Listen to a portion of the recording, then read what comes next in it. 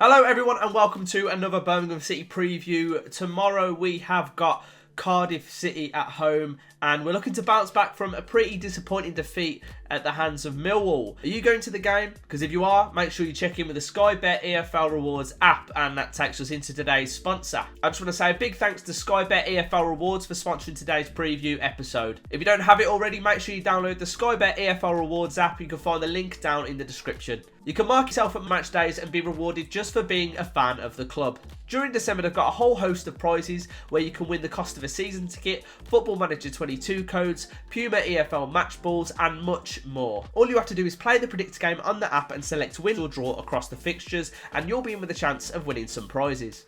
Remember to click the download link in the description and get involved. It's free after all. I'm going to open the app now and put in my predictions. Here we go. Play the Predictor.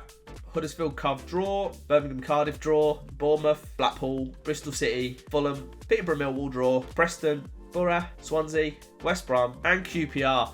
Hopefully I'll get them all right. Without further ado, let's get into the video. So before we get into the game, there's been rumours going around that Pedersen has had offers on the table for a new contract, but he doesn't want to sign them, or that's what his agent says at least. A little bit concerning because he could go as a free agent in the summer, and he's one of our better players. He did have Premier League interest at one point, and people are saying that Steve Bruce got in touch with him in the summer when he was still the Newcastle manager, and I feel like he had his head turned a little bit, potentially.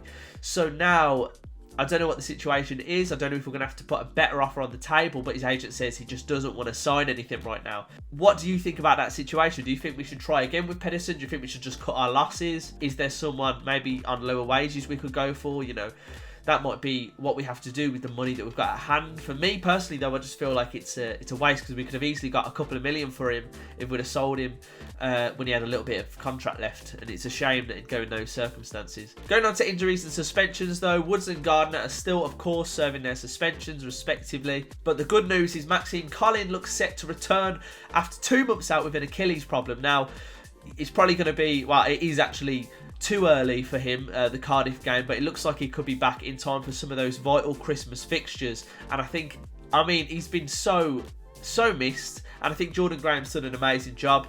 Oakley's done a great job. I mean, Riley McGree even did all right. But listen, it's been an area of concern for us, and I think Maxime Collin is that perfect wing back when you want to play the type of football that Lee Bowyer wants to play at the minute. So hopefully he comes back. Obviously we're going to have to ease him in. It's not going to be like he's going to be playing 90 minutes after 90 minutes, but he gives us another option that hopefully he can stay fit for the rest of the season.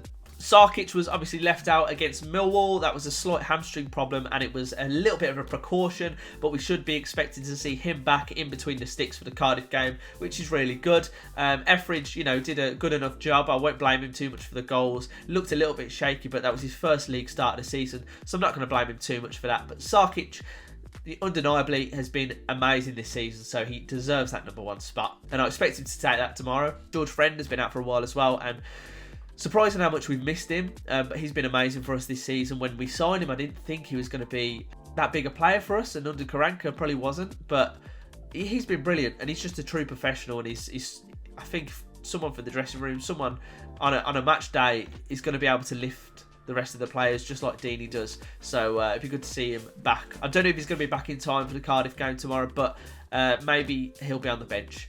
So onto the pre-match stuff. Bowyer has issued a bit of a rallying cry to the Blues players, understandably, because they just weren't there against Millwall. They just weren't giving anything. It's difficult because we had spells where we played really good football, but in the Championship, when you're coming up against teams like Millwall, you need to be giving your all for 90 minutes, and you need to be going after those second balls, going after everything, chasing everything, wanting it more than the opposition. And that's where we lacked. Millwall just wanted it more than us. There was something that wasn't quite right with the Blues side on Saturday, so it was disappointing. I trust that Bowyer would have really, really got into them. And I think, I mean, even Deeney as well, I think he needs to retain his captaincy. We're back at home. Hopefully we've got a fair amount of fans there. We just really need to back them. But as Lee Bowyer says as well, they need to be doing enough on the pitch to get that support as well, because it's so frustrating to watch it when they just don't look like they can be bothered. So this is a chance to react. We've had the Millwall game. It's out the way now. We move on. This is the game where I'm hoping we can bounce back and get a win. But Cardiff are no easy team. Like, I know they're sat down in 21st position at the minute, but under Steve Morison, they are looking fairly decent.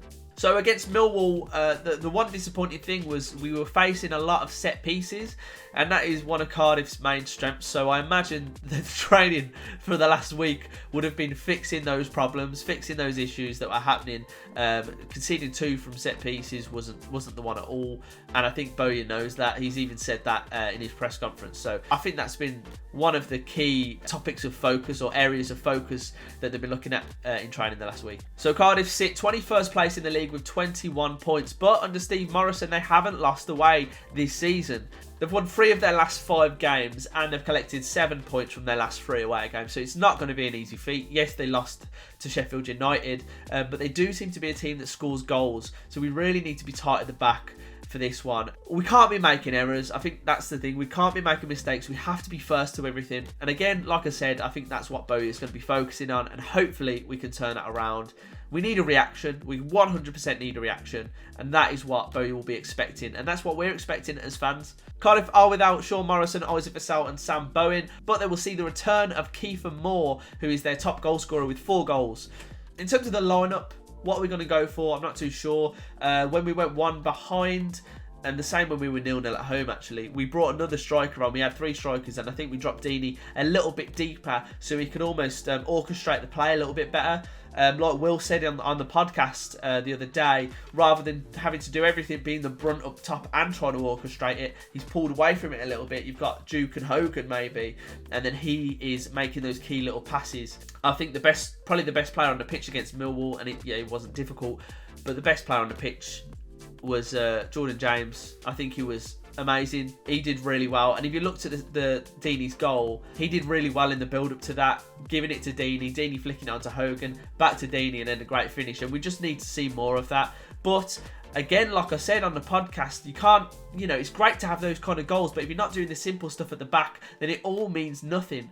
So let's hope we can have a bit of both. We can maybe keep a clean sheet. That would be something I'd really like.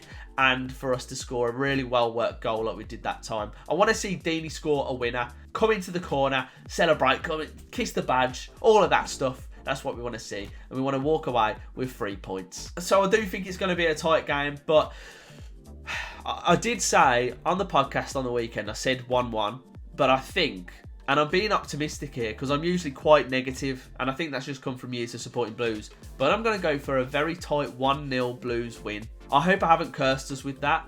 But what I want you to do now is to let me know your predictions down in the comment below. Let me know who you want to see in the squad as well. If you did enjoy this video, make sure you hit the like button, subscribe if you're new, and hit that notification bell as well. And also, if you haven't already heard, I am doing a podcast with Will Brazier. We're going to be getting some former Blues players on there soon. Very hopeful of that. It is @TiredWearyPod on Twitter, and you can find it on Spotify and Apple Music too. So I hope to see you over there very soon. But that's all from me. I'll see you in the next one. Keep right on.